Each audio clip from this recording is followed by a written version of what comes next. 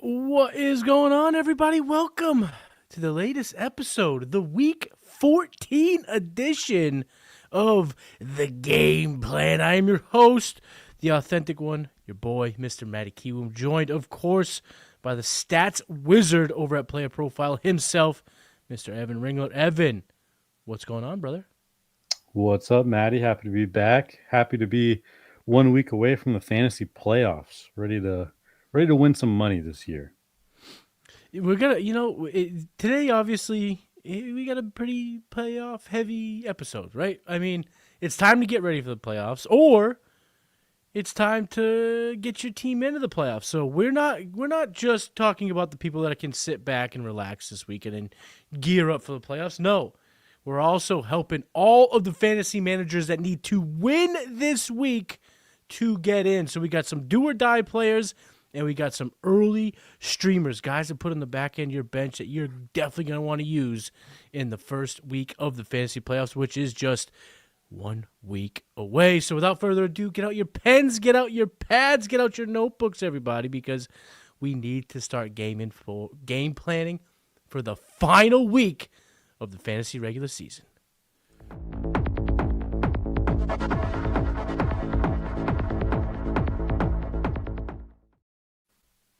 And then, of course, as always, guys, thank you for tuning in, tapping in. Make sure you like, subscribe, all that good stuff. But if you want to leave your lineup question in the chat, go ahead. We will definitely do it. We'll make sure to answer all the questions. And if you want to skip the line, leave a super chat. We'll get to it right away. We won't wait till the end of the show, which we do have one in the chat. So shout out to Evan. But please talk me out of sitting Egbuka and or Jefferson for A.D. Mitchell and or Jay Higg.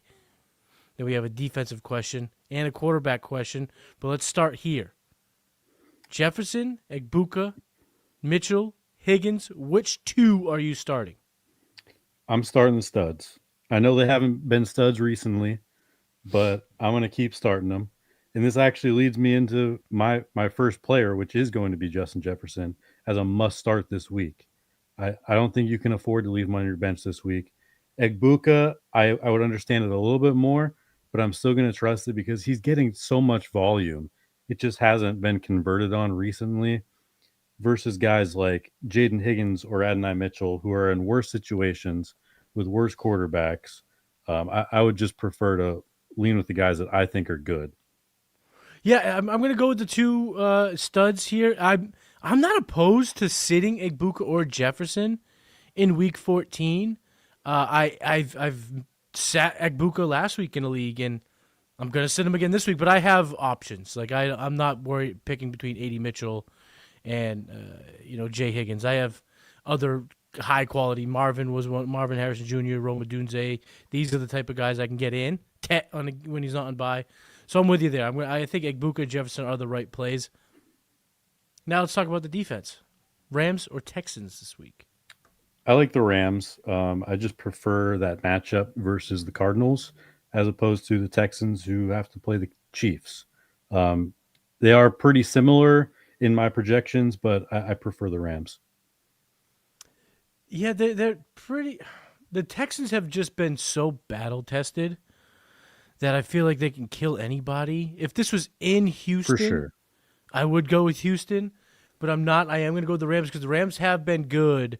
And Brissett throws it so many times that he could throw 3 picks and still throw full 4 touchdowns. Like the shootout can happen, the defense can get involved. There's a lot that can happen with that Rams D. So I will go with the Rams defense over the Texans. But I'll say this, Evan, if you can roster both of these guys this week, because I want to keep that Texans defense, because next week the Cardinals go into Houston to play the Texans, and that could be a lot of good opportunities for fantasy points. So I'm going to try to keep the Texans deep, but if it's just this week, I'm going to go with the Rams. Yeah, then week 16, the Texans get the Raiders. So definitely try to hold on to them. I mean, we talked about buys for the playoffs a few episodes ago, so check that out. But I had to sneak in the Houston defense for that reason. So if you love the defense talk, go tune back a couple episodes ago.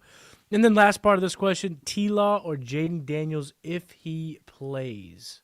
I prefer Trevor Lawrence against the Colts instead of Jaden Daniels versus Minnesota. It's really just comes down to the matchup for me. I trust the Jaguars offense versus the Colts defense more than I trust uh, the Washington offense versus the Vikings defense. Um, Pretty simple. Yeah, and I don't love the idea of having to play Jaden Daniels coming off such a bad injury. I know he's ahead of schedule. He's a freak. I get all that stuff, all these good things. Like I understand all that, but it was a horrible injury. And Minnesota's defense has been pretty ferocious this year. Brian Flores has the boys playing pretty good. So I too will reluctantly play Trevor Lawrence. I do notice at playerprofile.com, your weekly rankings, Evan, you got Trevor Lawrence as QB9 this week. Yes, Ooh, sir. Yes, sir. I chihuahua. like the matchup for him. Of course, it can always bite you with Trevor Lawrence. Can't be shocked if he goes out there and has 4 turnovers. But I also wouldn't be shocked if the Commanders put up like 200 total yards. It's Yeah. just a really tough matchup versus a great Minnesota defense, especially when Washington doesn't really have a running game and they don't really have an offensive line. It's just really tough.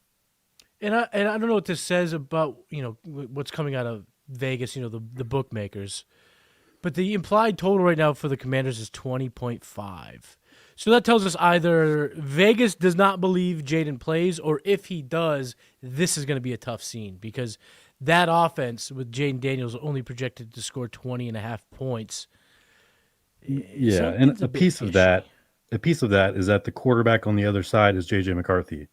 So they're not going to have. It's not going to be a high scoring game environment in general, Yeah, versus Jags Colts, which could theoretically be a shootout, even if I'm a little low on the Colts offense at the moment. I agree. All right, let's get into the do or die week 14 players. You mentioned Justin Jefferson made the list, so talk about him. Yes, sir. That's my number one player. I know that a lot of Jay Jetta managers have been incredibly frustrated with him recently. It's been Over the tough. last 4 games, he's averaging under 8 fantasy points per game and under 40 receiving yards per game. It's been really brutal for those managers out there, but I'm telling you, he is still a must start this week because number one, the matchup could not be better. Washington is by far the worst pass defense in the league by EPA per dropback, and it's not close at all. They also allow the fifth most fantasy points per game to wide receivers and the fourth most receiving yards to wide receivers.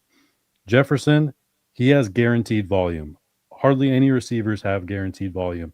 Jefferson ranks top 7 in both total targets and air yards, as well as target share and air yard share. Top 7 in all of those. He also ranks as the wide receiver 12 in expected points per game, and that only counts catchable targets. So it doesn't. The JJ McCarthy struggling factor doesn't really affect that. It's actually Jefferson that needs to catch the ball and just get a little lucky with touchdowns.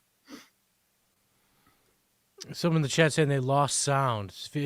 I can hear you, Evan. Can you hear me okay? Yeah. All right. So if leave in the chat, let us know if we lost sound. And if you're listening via podcast, you're not going to because we will cut this out. Our guy John Adams is top notch. But Jetta, talking about Jetta, the only question I have to ask, because you bring up a lot of good points. Despite how good Jefferson has been, can fantasy managers trust McCarthy? Not just this week, Yeah. but for the rest of the season. Because if he's our do or die guy, he's going to get us in the playoffs. Can we trust McCarthy to not only just attack a bad defense, but maintain some sort of, you know, consistency that gets Jetta going in the playoffs? Not really. I mean, nothing we've seen would tell us that you can, but based on the schedule, it is very favorable, like super favorable. He's got the Commanders this week. Like I said, the worst pass defense in the league. Then he goes to Dallas, which is one of the worst pass defenses in the league, and then to the Giants, which is just one of the worst defenses in the league. So we shouldn't be surprised at all if over those 3 games, Jefferson is still averaging 12 to 15 fantasy points. Not asking for the world, but he's going to get the volume, just has to not drop the passes. And, McCarthy has to just be a little bit more accurate. He has the defenses he struggled against have been much better than the defenses he's about to face. That's how I would tee it up. My first do or die player, RJ Harvey. Start RJ Harvey.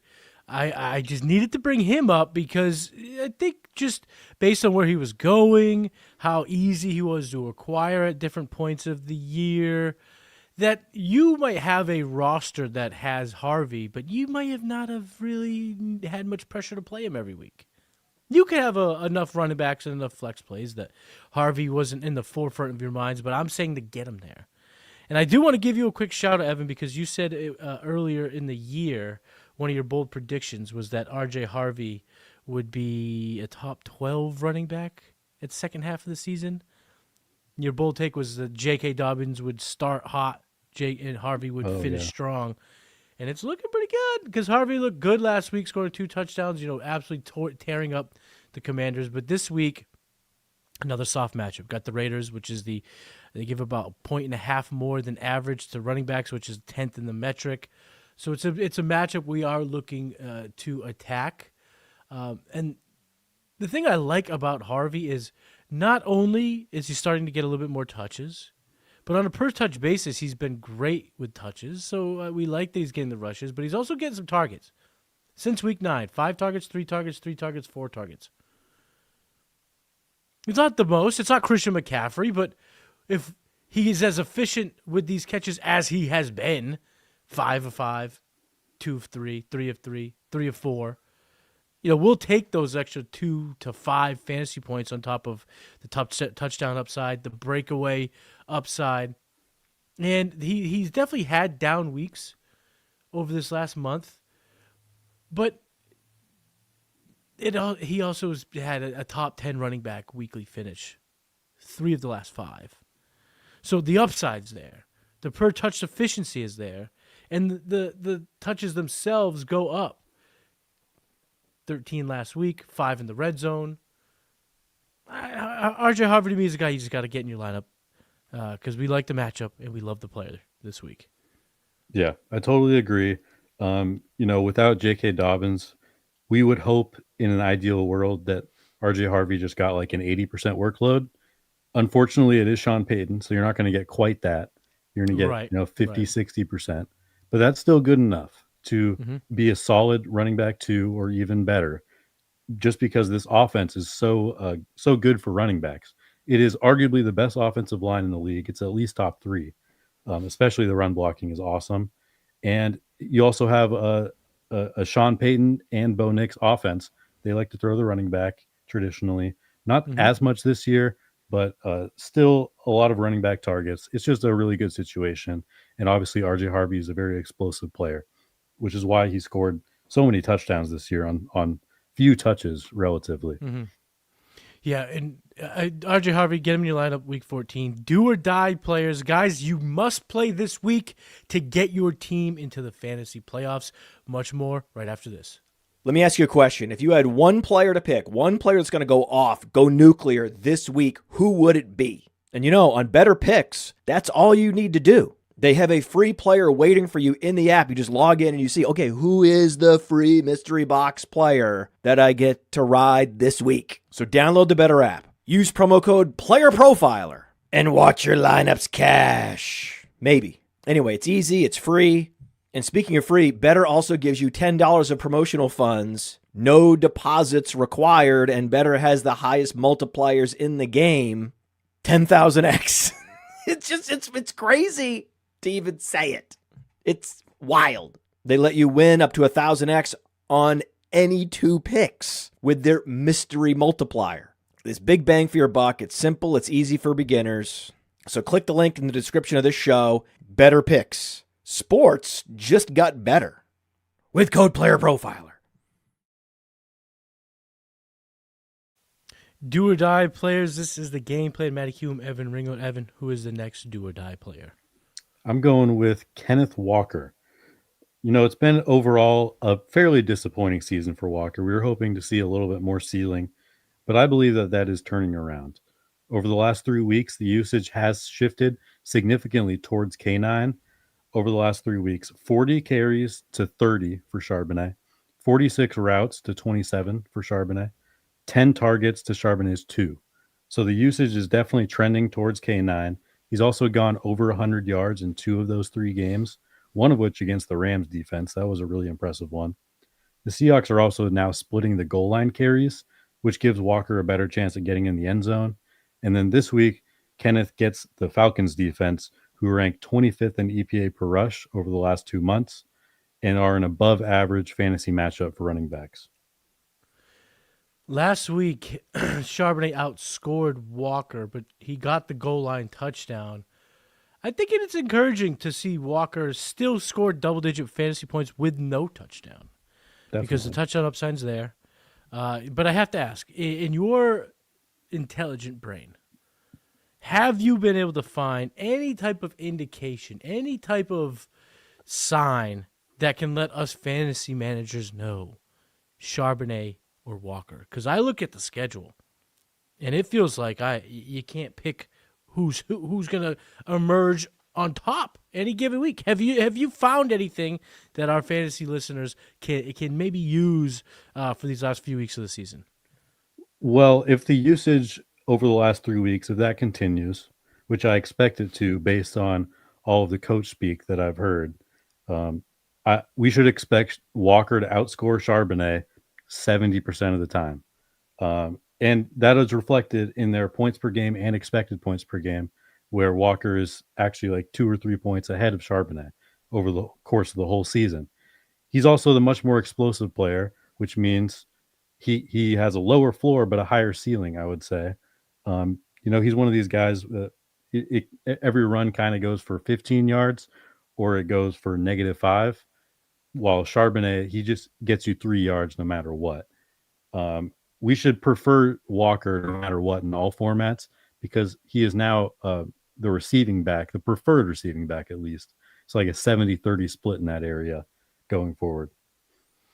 Kenneth Walker emerging when we needed him most. Evans, do or die, willing to put the season on the line with Kenneth Walker, KW3.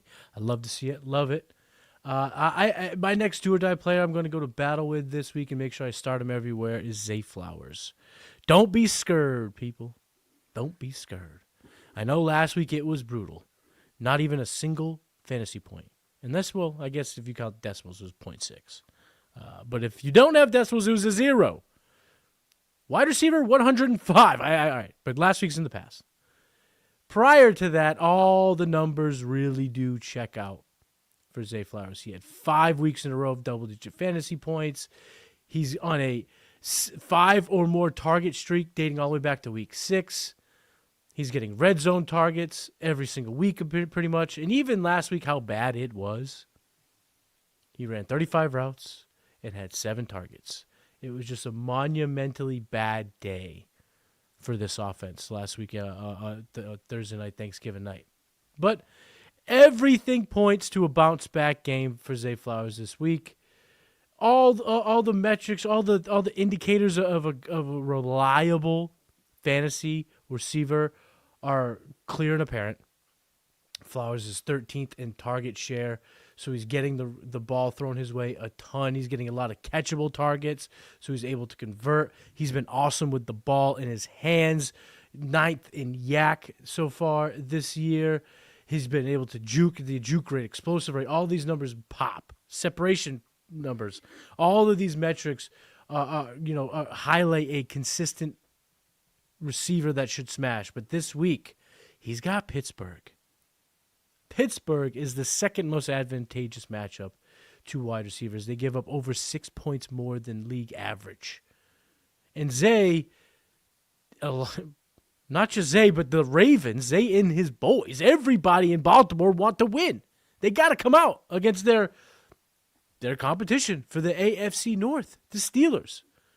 This is the week where Lamar gets right. And by the transitive property of fantasy football, so does Zay Flowers.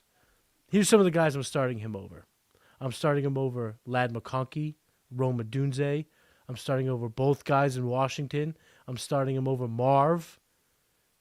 There's a lot of guys that usually find starting lineups, and I am making sure that Zay Flowers is one of them because Zay Flowers is going to have a big, big, big week 14. I agree. overall. I definitely want to have Zay Flowers in my lineup this week because, for the most part, he has had an incredible floor this season. Actually, it's kind of a really weird stat, but in 8 of his 12 games this season, he's been between 11 and 15 fantasy points, right in that range. He also had the one blow up game in week 1 and a couple bust weeks. But besides that, he has been super consistent. He's 5 targets every single week, basically. And the Ravens really need to play well this week against the Steelers. They'll be super motivated. I don't know. This Ravens offense has been so weird to figure out all season. Ever since Lamar came back from the injury, he's looked not good. So I'm not exactly sure what to do with that. But what we do know is that it's a great matchup for Flowers, and he's going to get the volume. And those are the two things that, those are the easiest to predict. But everything else, it's a little random. But those two things really, really work in his favor. Evan, do you have any more do or die week 14 starts? This one is a little deeper. You're not going to have to play this guy in all your leagues.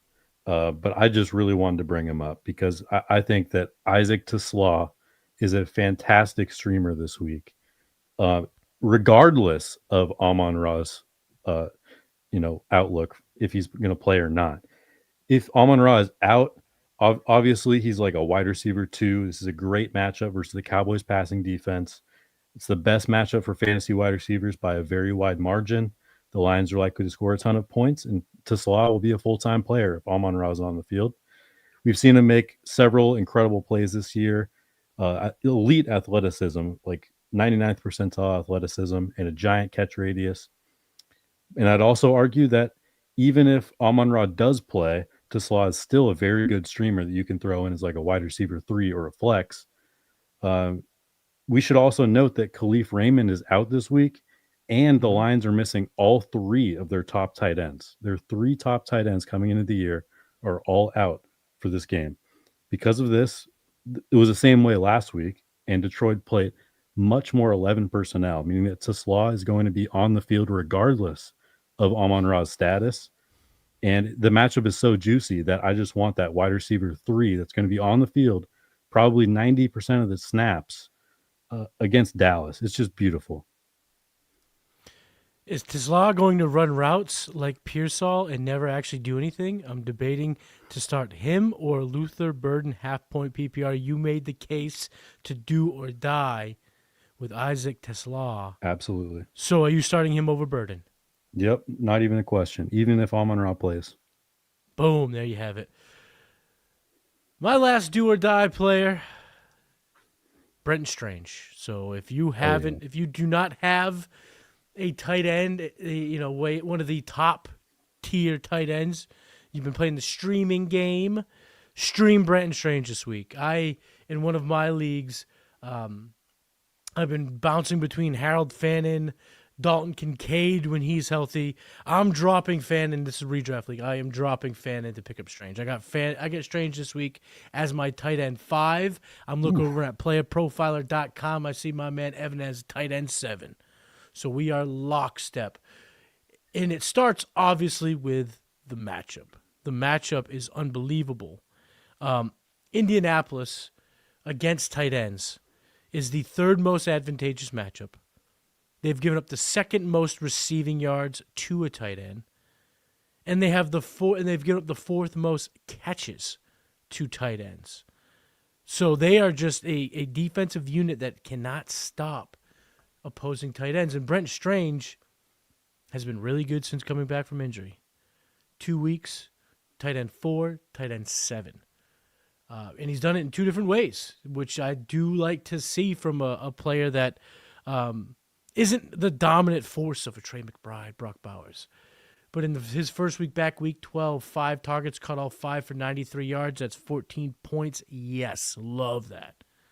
Last week, targets only 4, caught 3, 45 yards, still scored a tutty, 13.5 fantasy points. So he's doing it either with touchdowns or he's doing it on volume. And when you just look kind of over the course of the season, The stats are good, not great, and I think that the counting stats, particularly like the targets and stuff, are not great because of the injury, of course.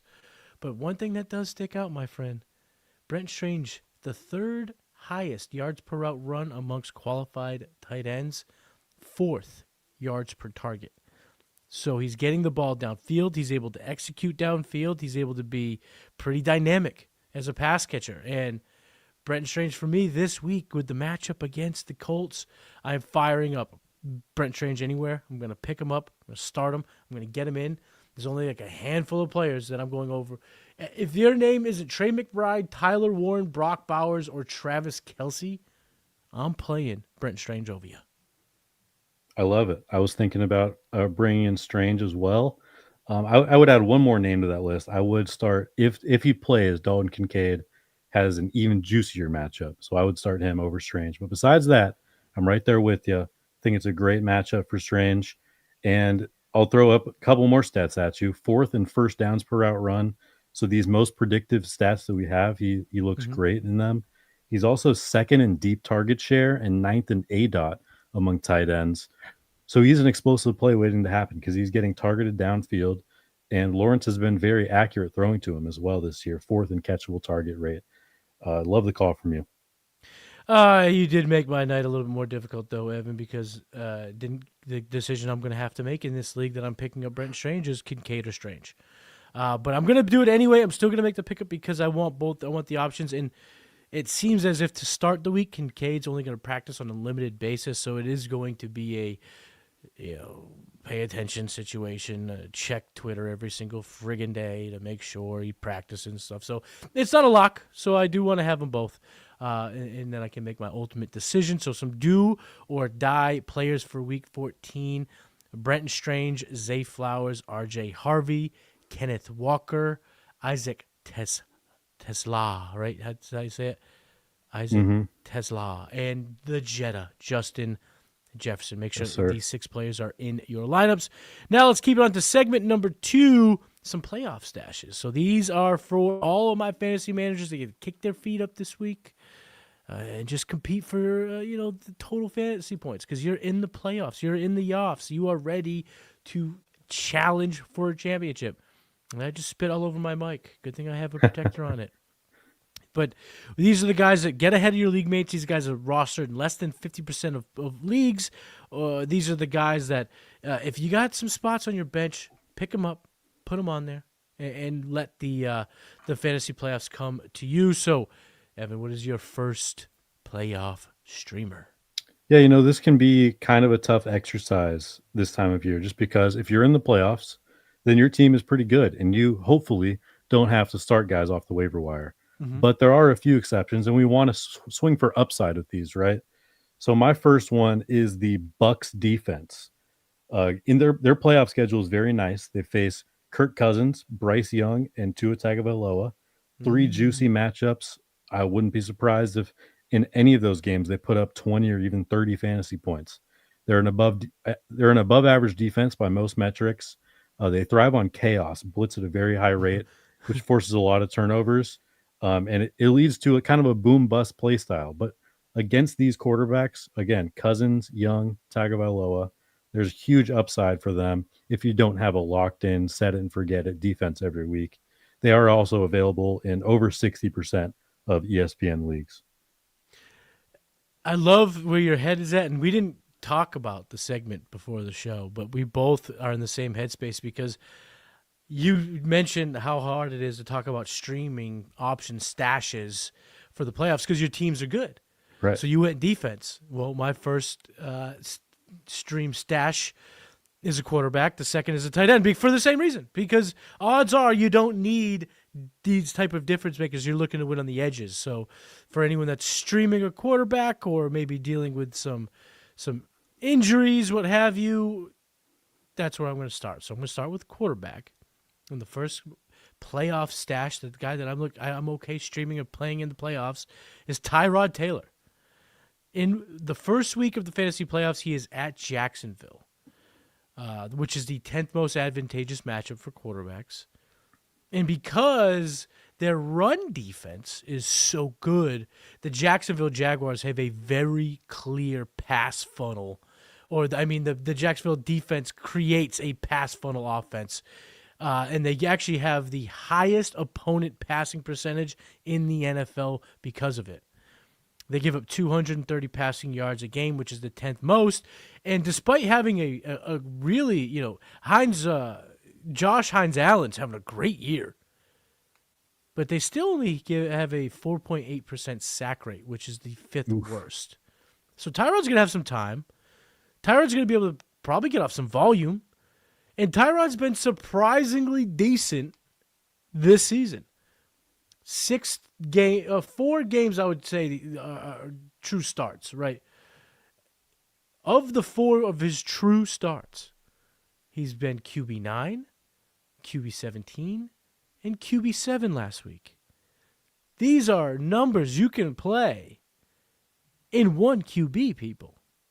If you are frustrated with your quarterback situation, if you're nervous about the Baker Mayfields, if you don't know what to do with Trevor Lawrence in the playoffs, Ty God's out there, so he's rostered about 10% of leagues or something. You're going to be able to pick him up. It's going to be ballsy. It's going to feel gross. But you could play him in week 14 or week 15, first week of the fantasy playoffs. So if you're looking to patchwork the quarterback position, start with Ty God in the first week of the fantasy playoffs. Makes me sick to say, but here we are, Evan. I like it. You get a little rushing upside. And yes, it definitely feels gross, but it is not nearly as gross as the passing offense with Justin Fields. It is actually somewhat competent. He's been around average in terms of like completion percentage over expected, EPA per dropback. They've been solid versus Justin Fields, which is absolutely horrific. Also gives a little bit of a boost to guys like A.D. Mitchell or Mason Taylor, who become somewhat startable depending on the league. Yeah, as our guy Andrew here says, he has been surprisingly solid in fantasy for us in the year of our Lord 2025. I can't believe I'm saying that, but we've said that many, many times this year. It's been a pretty wacky season. Let's hear your next playoff stash. Yeah, this is a guy, I don't know if he's available in your league, but he is available in over 65% of ESPN leagues, and that is Devin Neal. I know a lot of people dropped him this week because he was somewhat disappointing with Kamara out, but the Saints rank second in running back strength of schedule remaining. In the playoffs, they get to face the Panthers, Jets, and Titans, which are all great matchups for running backs. He's also gone over 11 expected fantasy points in the last 2 games. As long as Alvin Kamara is out of the lineup, Neal is a quality starter in fantasy. This is especially if you have an injury at the position. This is a great guy that can just fill in if you need to and get you to the next week. Devin Neal, yeah. Devin Neal's he's on many of my teams that aren't in the playoffs. But it's okay because it's Dynasty League. So we like what we've seen out of Devin Neal, and it seems as if we've only just started to scratch the surface on what he can be. So I like the call. One of these guys that I think in most leagues, like our office leagues, family leagues, casual leagues, he's going to be available. So that's definitely a good pickup to make now, especially because of the fact that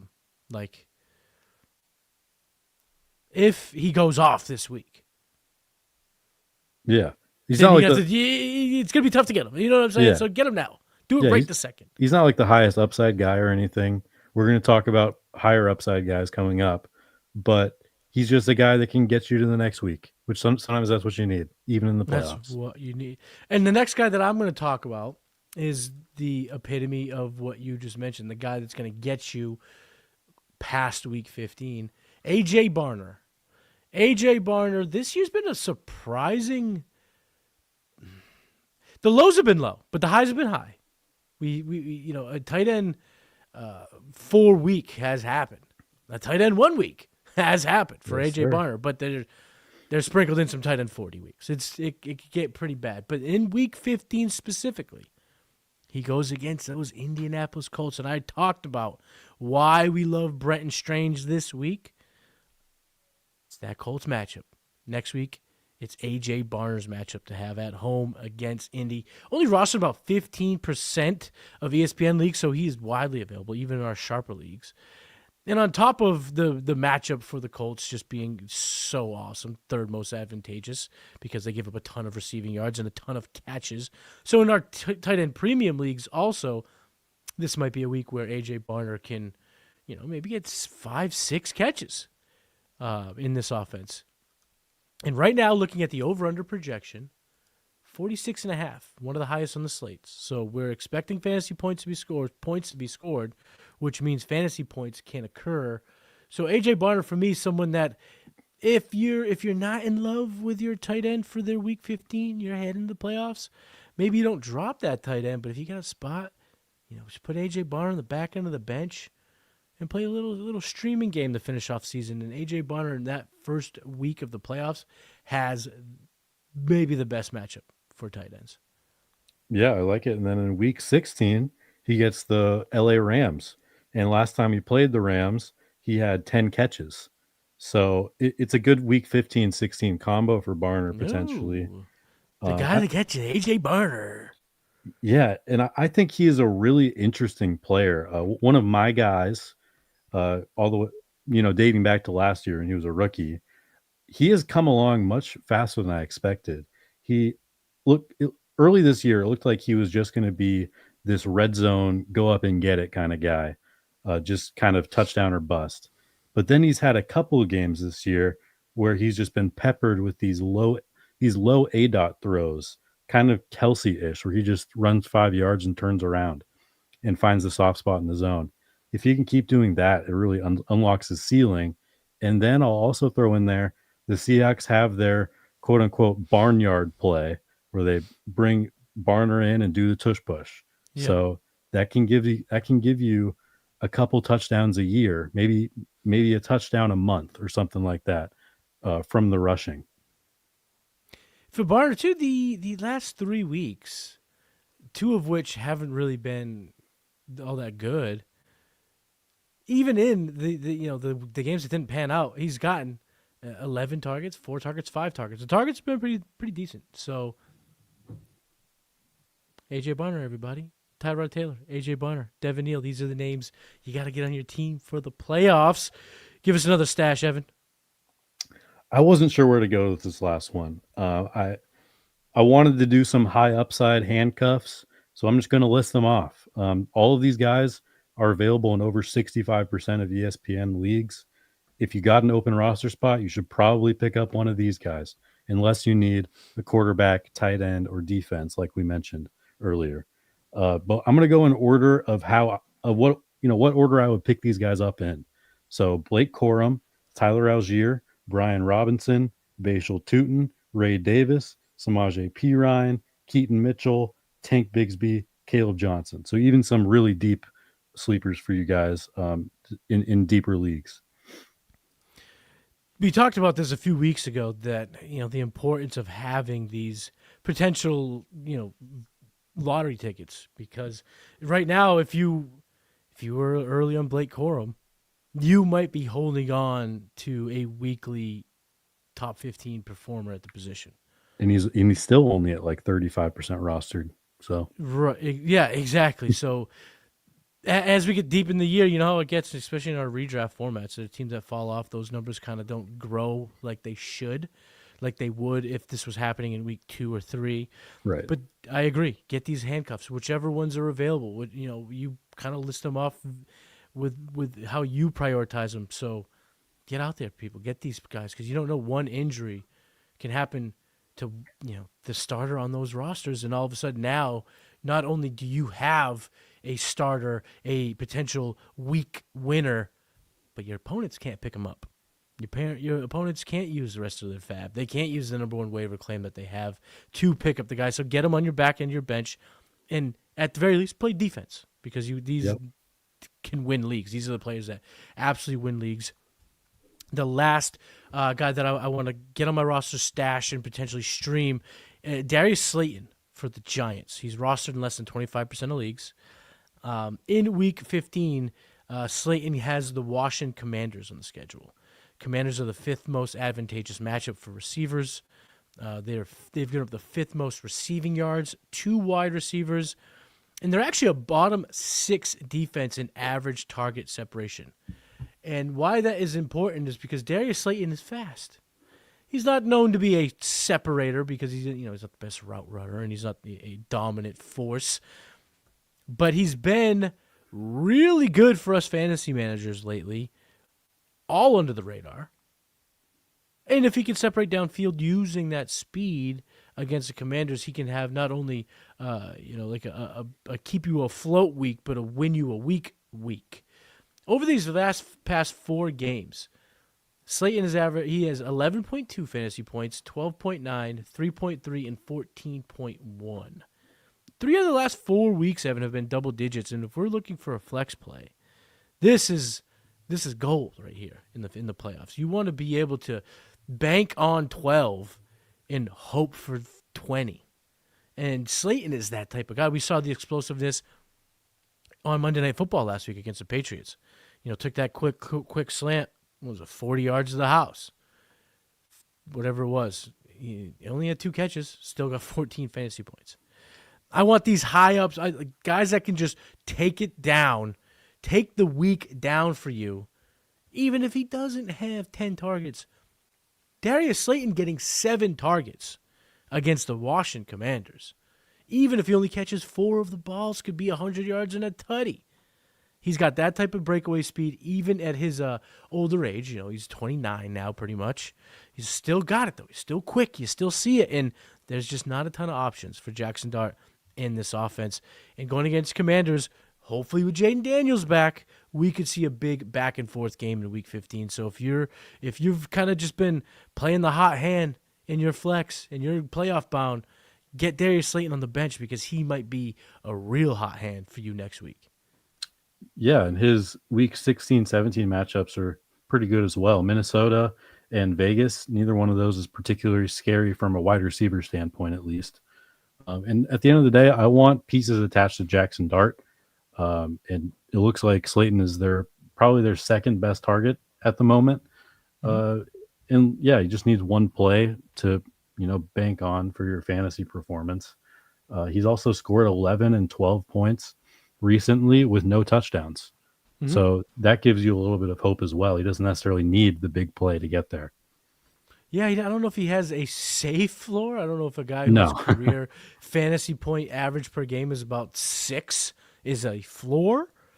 But over these past month, it does look like there's a decent floor. And, of course, the upside's there with the speed and the touchdown and the offense and the matchup. So, Darius Slayton, we have our playoff stashes. And that's it, folks. That's the rest of the formal show. So if you're listening via podcast, we bid you farewell. Make sure you rate, review, leave a comment, hit us up, do all that good stuff. But if you want to listen to the group chat answers, questions and answers, maybe it helps your team, go ahead, stick around, because that is what we are going to do next. And if you're watching live, of course, thank you so much for tapping in, hanging out with us on Wednesday night. Leave your question in the chat. We'll get to it. PPR, my friend. Courtland Sutton, Chris Olave, Christian Watson, or Terry Mack. Pick 2. For me, of this group, Chris Olave is a must start. It's not particularly close with the other guys, just from a volume perspective. And then for the other 3, I prefer Watson. I couldn't live with myself putting any Broncos pass catcher in my lineup, honestly, in Week 14. So I'm avoiding Sutton.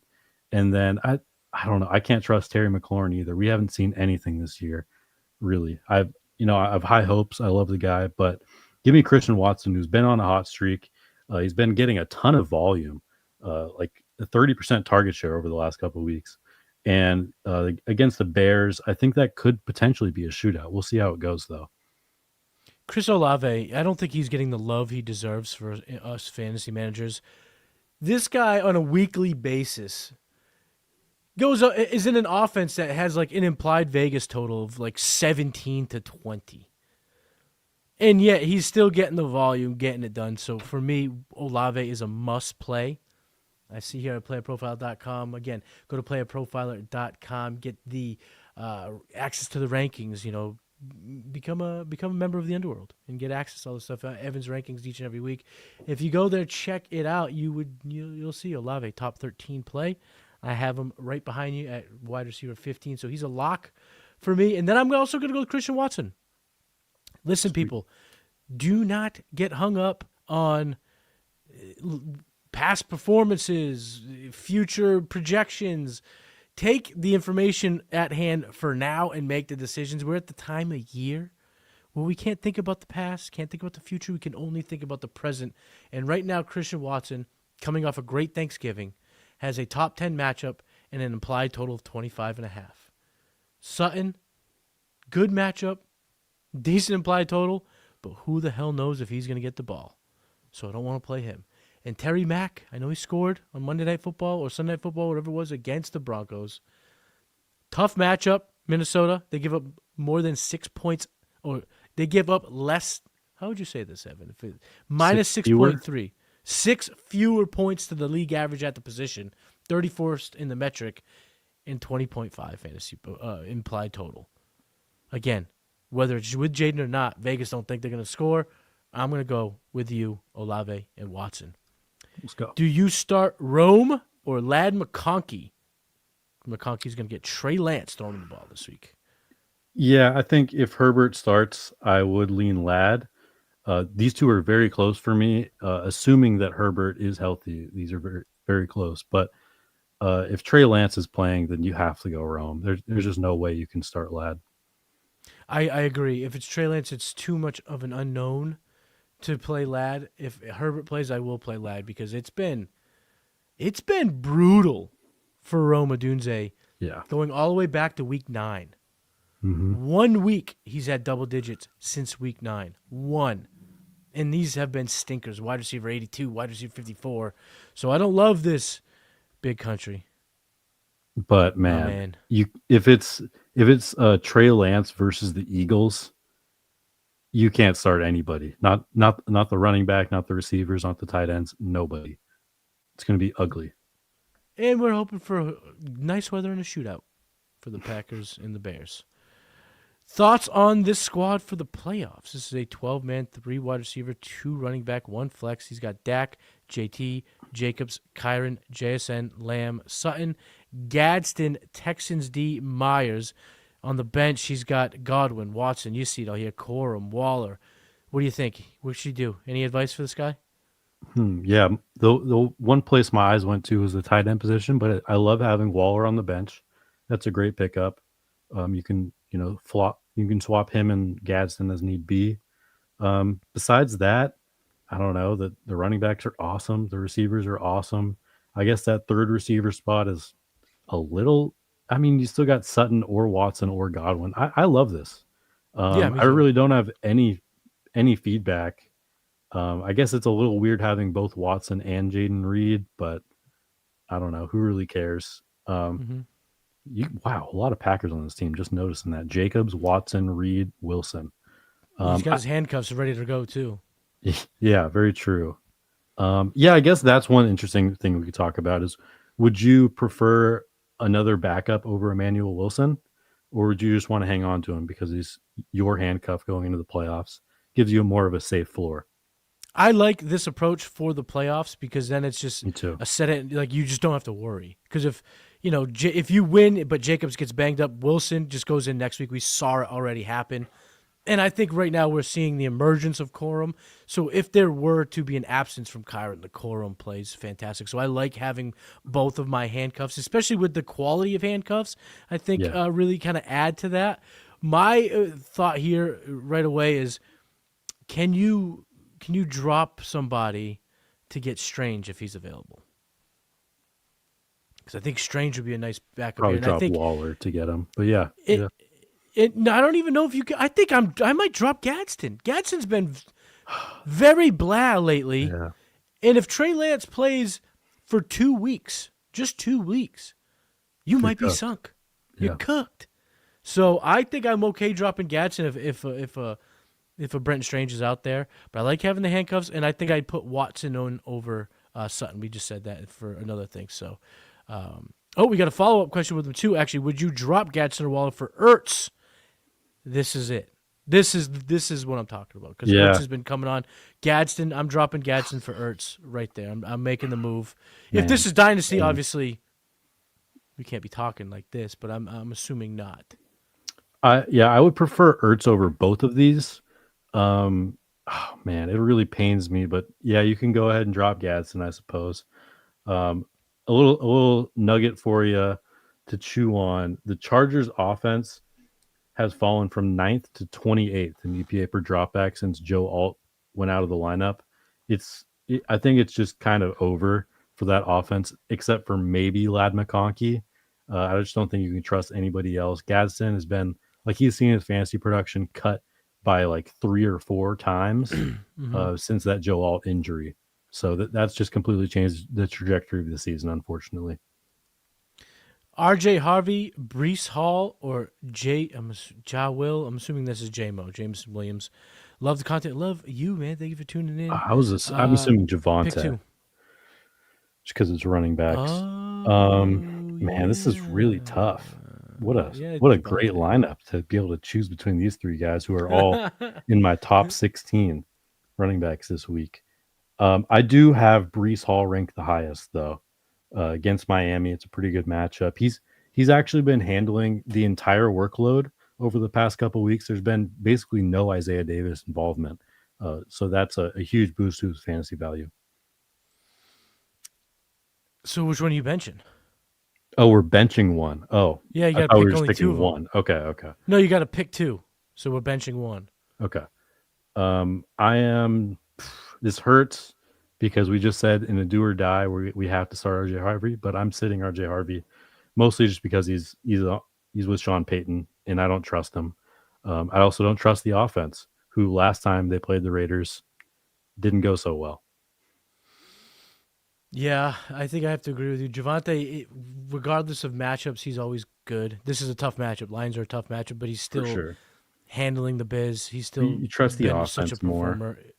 And I don't. In any situation, Thursday night, Cowboys Lions. This feels like it could be a stinker, but it also could be like a 40 to 45 game. This could be a. It should be a barn-burner. shootout. It really should be. It doesn't always work that way, but Fingers crossed, people. Fingers crossed. Patrick Mahomes or Jared Goff in that matchup that we were just kind of clamoring over. I'm going with Jared Goff. Goff versus Dallas is a lot better than Mahomes versus Houston, in my opinion. Godspeed, Alex, because if you do play Goff and he does have a stinker, seeing that in your lineup, knowing you have Mahomes, will hurt. But having said that, I am going to go with Goff. The matchup is too juicy. And Mahomes, it hasn't been the Chiefs' year. I could see the Texans just causing fits for Mahomes. My take is that the Chiefs are going to run the table. They don't have a very hard schedule left, but I'm just not that interested in Mahomes rest of the season. I don't think they're going to be scoring a ton of points. No. And he's I not agree running with as that. much, nearly as much. So which 3 wide receivers will we play this week? Pickens, Jameson Williams, McConkey, Waddle, Igbuka. Pick 3. Pickens, auto start, top 5. J-Mo, auto start, even if Amon-Ra plays, I have him top 15 against Dallas. Just the dream matchup. As we've talked about, if Trey Lance is the quarterback for the Chargers, you cannot play Lad McConkey. I would just go with Waddle, even if Herbert does play. I like Waddle quite a bit above the other 2 guys, though. So give me Pickens, J-Mo, Waddle. Me too. I'm going to go the same 3. And we were talking earlier in the show, like you can't start A.D. Mitchell over Justin Jefferson, Igbuka. But this is the situation where you can feel comfortable sitting in Igbuka because you have Pickens, you have J-Mo, and just have some beers tomorrow, Andrew. Enjoy the game, and then have Waddle go this weekend against the Jets. No Sauce Gardner, if you haven't heard. He also has a stream at tight end this week with Kittle on a bye. He grabbed Waller, Juwan Johnson, there's Parkinson. He's leaning Waller, but he might start Parkinson. Help him make the right decision. No, don't start Parkinson. I know he's been good for fantasy recently, but it is not predictable. He's just kind of gotten lucky that the targets have gone to him instead of Davis Allen or Terrence Ferguson. Do not start him. Even if you look back on this and see, oh man, he scored another touchdown, it's not predictable. Stay away. He said Juwan or Waller, right? Yeah. I prefer Juwan. More consistent volume, in my opinion. He's basically the wide receiver too. Yeah, I agree with that for sure. All right, let's keep these questions rolling. This is always a great part of the show, getting to it. Defensive question. You know it's fantasy playoffs around the corner when people ask about defenses. Miami or Vikings? I have Miami this week against the Jets instead of Minnesota versus Washington. I just, the Dolphins defense has actually been playing pretty well recently. The Dolphins as a whole They have been playing they've won good, like yeah. 4 of their last 5, I think. Screwing one of my over bets, but what can you do? And they get the better matchup, clearly. The Vikings versus Jaden Daniels, it could go very well, it could go very poorly. Where, the Dolphins versus Tyrod Taylor, that's probably a better matchup. Yeah, I think even a good Tyrod Taylor game doesn't mean a ton of points scored for the Jets. Right. And, even if Jaden Daniels doesn't play, we just saw Mariota put up 20. Put up 20 points against the Denver Broncos defense. I know they still had a good game, but I think if we're cutting hairs here, I would go with Miami slightly over Minnesota this week. Do we know if Mike Evans is playing this week? He had a limited practice today. I would lean towards don't count on it. Just don't count on it at all. I would lean like 90% that he doesn't play, even if he does have a couple of full practices. It's usually not how it goes, is immediately activated and then immediately plays. Lamar or T-Law in a must-win spot. 6-point passing TD, half point per rush attempt. T-Law or Lamar with everything on the line. Man, this is a tough one. This is a really tough one. If you get this wrong, it's really going to hurt, because it's either you benched Lamar and he went off, like how could you do that? Or you started Lamar and he sucked for the 4th week in a row. How could you have done this? But I'm going with Lamar. I'm a start your studs guy. He's got a great matchup against Pittsburgh. It should work, but who knows, man? It's really hard to predict this stuff, but I like Lamar. I'm with you too. You just can't stomach getting cute at this time of year. We love the matchup. I love Zay Flowers, as I mentioned earlier in the show. Give me Lamar. Adonai Mitchell or Isaac Tesla? This depends for me on if Amon-Ra plays. If Amon-Ra plays, then I'm going Adonai Mitchell. If he does not play, then I'm going Isaac Tesla. If he doesn't play, Amon-Ra that is, where will Tesla slide up in the rankings? Because you have Amon-Ra ranked right now at wide receiver 7. So if you remove him, how high does Tesla soar? Yeah, so currently I have Amon-Ra at 7, J-Mo at 15, Tesla at 38. If Amon-Ra's out, J-Mo probably goes up to like 6, and Tesla goes up into probably the mid-20s, around like Odunze, Sutton, and the Commanders receivers, somewhere around there.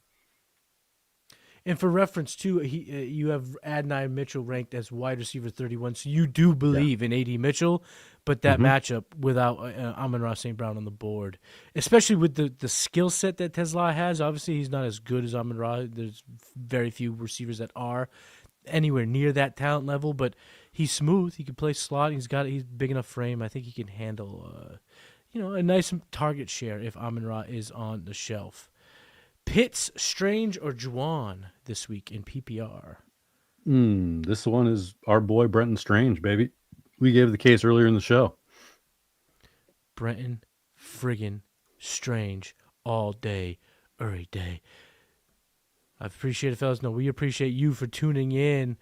Lost the last 4 weeks in a row and playing scared. I get you, brother. I get you. I get it, man. Yeah, it's tough out here. It's brutal. This Lamar stretch has just been I know it's just hurt so many people.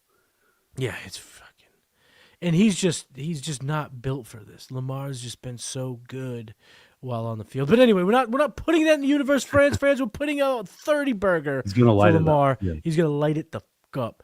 Harold Fannin against Tennessee or Dawson Knox against Cincinnati if Kincaid is out, half-point PPR. Yeah, this is an interesting one because the Bills are playing the Bengals this week. The Bengals are one of, if not the worst defenses of all time against the tight end position. So Knox is definitely tempting here, but I'm going to go with Harold Fannin because I think that he has bankable volume, which Dawson Knox does not have. In these two Shador Sanders starts, Harold Fannin leads the team in targets by a pretty wide margin. So I like that. It's obviously tough to trust Shador versus Josh Allen in this situation, but Fannin is the much bigger piece of his offense. And I think not as touchdown reliant as Dawson Knox. Yeah, and here's the thing about Dawson Knox. So Kincaid you have at tight end 5 because of the matchup. I agree with that. Even if Kincaid is out, Knox isn't going to be used like Kincaid gets used. I'm playing Fannin regardless of the status Agreed. of Dalton Kincaid. Dawson Knox this season, believe it or not, has played in 1, 2, 3, 4, 5 games this year where he's had a 65% or higher snap share. 0 double-digit games. Evan, Knox doesn't have a single double-digit game on the season. That's rough. He's just not a pass catcher, man. He's a great blocker. And he's a great blocker. Against good the Bengals, teammate. Sure, he could get in the end zone, but Harold Fannin is going to get 6 to 8 targets. So go with that. I agree. We're going to go with Fannin here. Need one wide receiver rest of season. Godwin, Mitchell, Higgins, or Mechie. Ooh, interesting. So I'm taking Mechie out of the equation. I'd rather have Mitchell, and they're on the same team.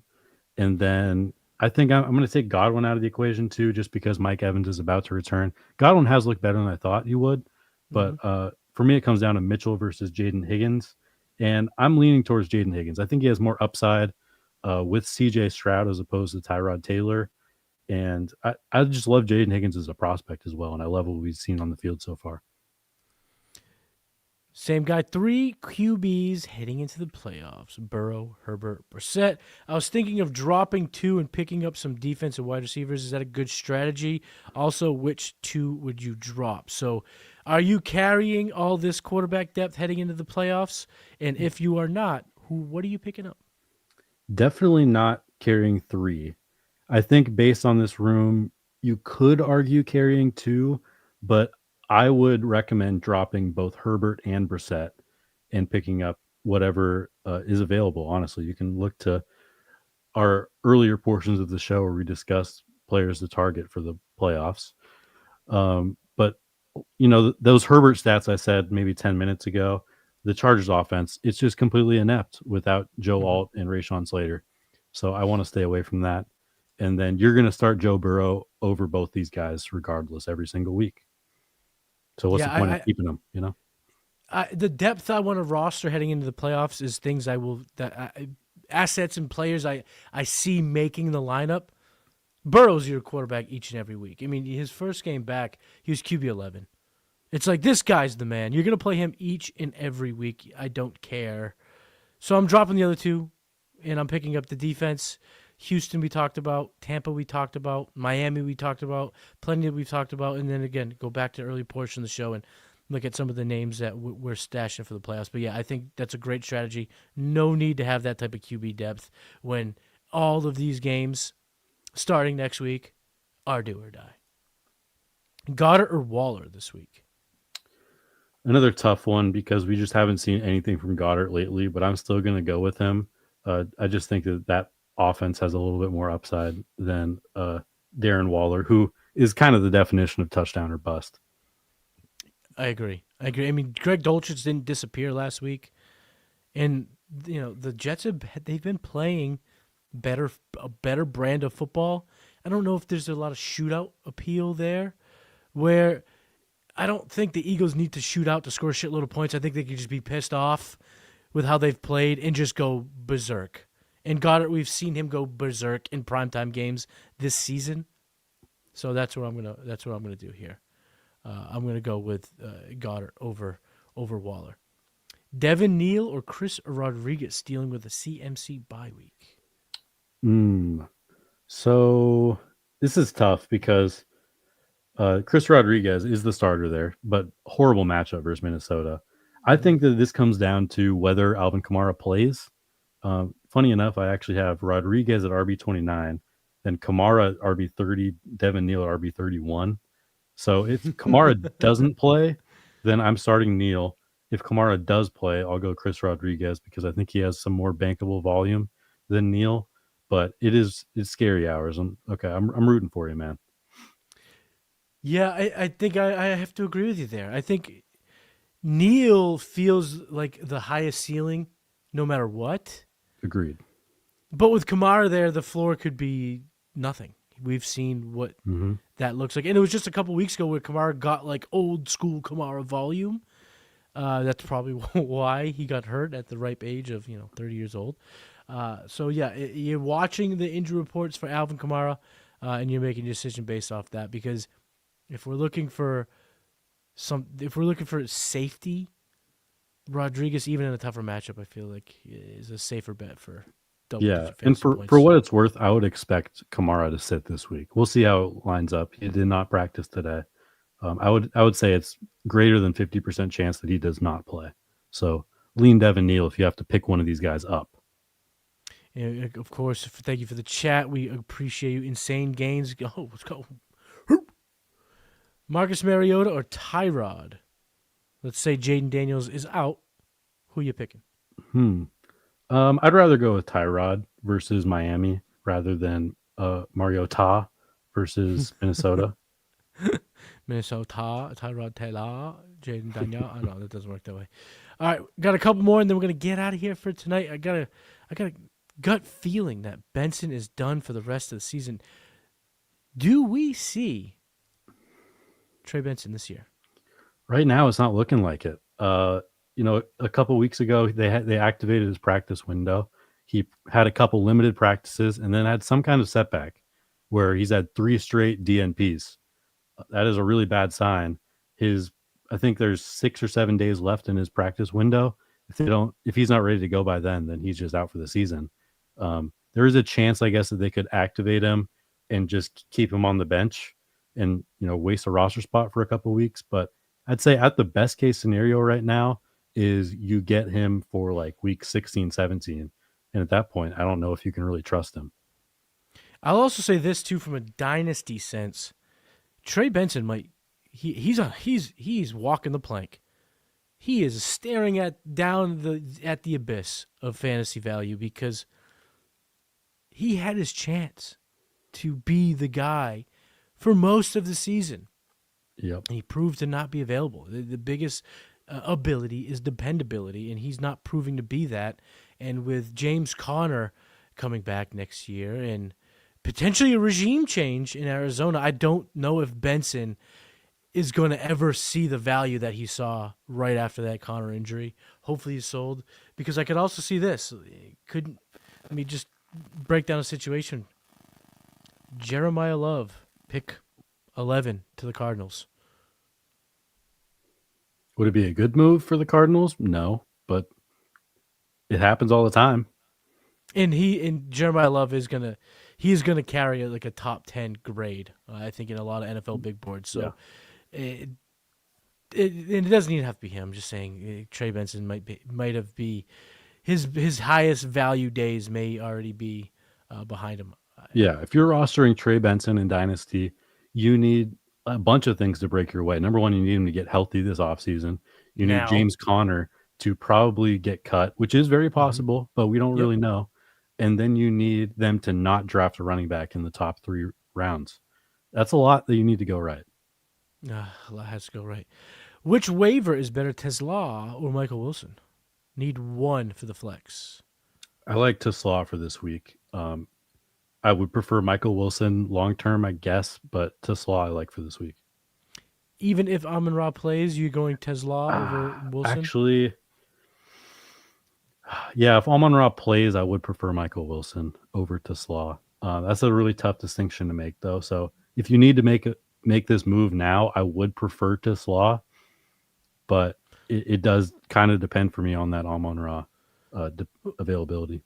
Well, luckily for Henny here, it's not the other way around. Michael Wilson isn't playing Thursday, and Tesla's playing Sunday. At least you'll know immediately the decision to make, and I agree with what Evan said. So we got a slew of Michael Wilson questions, so we're going to knock them out. We chose Higgins, but there's also a chance he could pick up Michael Wilson. So we talked about Jaden Higgins. I'll bring up the question here. But Jay Higgins or Michael Wilson? I prefer Jaden Higgins.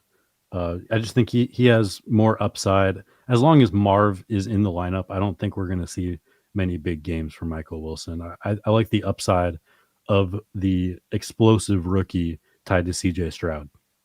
I agree. Sutton or Michael Wilson in the flex spot?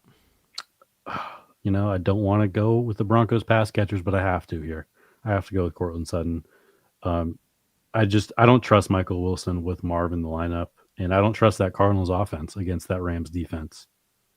Keep your eye on the injury reports, though, here, Gaines, because Marv isn't a lock to play. True. So there's a chance that we could get another game of Michael Wilson kind of being the top guy. In the matchup against the Rams, I know the defense has been good overall, but against receivers, they haven't been particularly tough to beat. So keep your eye out there. Yeah, so on Michael Wilson, if Marv is out, then Michael Wilson is an easy wide receiver 2 smash. If Marv is in, then he's like a flex play at best. It's very important.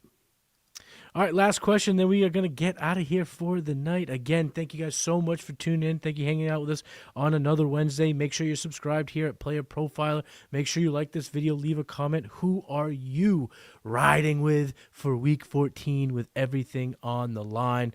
So the last question is, no Tet McMillan. He is on bye. Juwan Jennings and probably no Lenny. So no Tet, no Jennings, no London. So we got to do a little bit of a waiver wire here. We got to go dumpster diving, but we need 2, Evan. Vele, he also has Olave, Tesla, AD, or Dortch. Rank these receivers on the waiver wire. Yeah, so we just talked earlier through Mitchell versus Tesla. For me, it is dependent on Amon-Ra's availability, but I would rank this for this week. I assume this is a waiver wire that's running tonight. I would rank it as Mitchell, Tesla, Vele, in case you don't get one of those guys. Dortch, I guess he's a fine flex play if you really have to. Pretty desperate with Marv out of the lineup. If Marv is in, though, he's basically nothing. I agree, and that's it. That is the episode, everybody. Again, thank you for watching the game plan. Evan, tell the people listening where they can find you. At Evan Ringler FF on Twitter.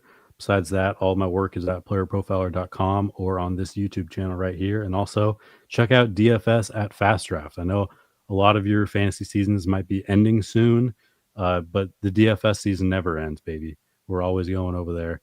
And it's so much fun. I'm telling you, it's so much fun. It takes 2 minutes to build a lineup, and it makes your Sunday that much more enjoyable. Yeah, get on Fast Draft. Fast Draft is the best. Code word, game. Use that right there in the bottom part of the corner. There it is, code game for Fast Draft. He's Evan Ringler. I'm Matty Kiwoom, and we will see you next week for the first round of the playoff edition of the game plan. Peace. Hey, I want to thank you for being part of this broadcast. If you have any thoughts on it, leave a comment. If you enjoyed it, make sure you leave a like. And if you want to see more shows on the Player Profiler channel, subscribe to it. That's how we know you want more.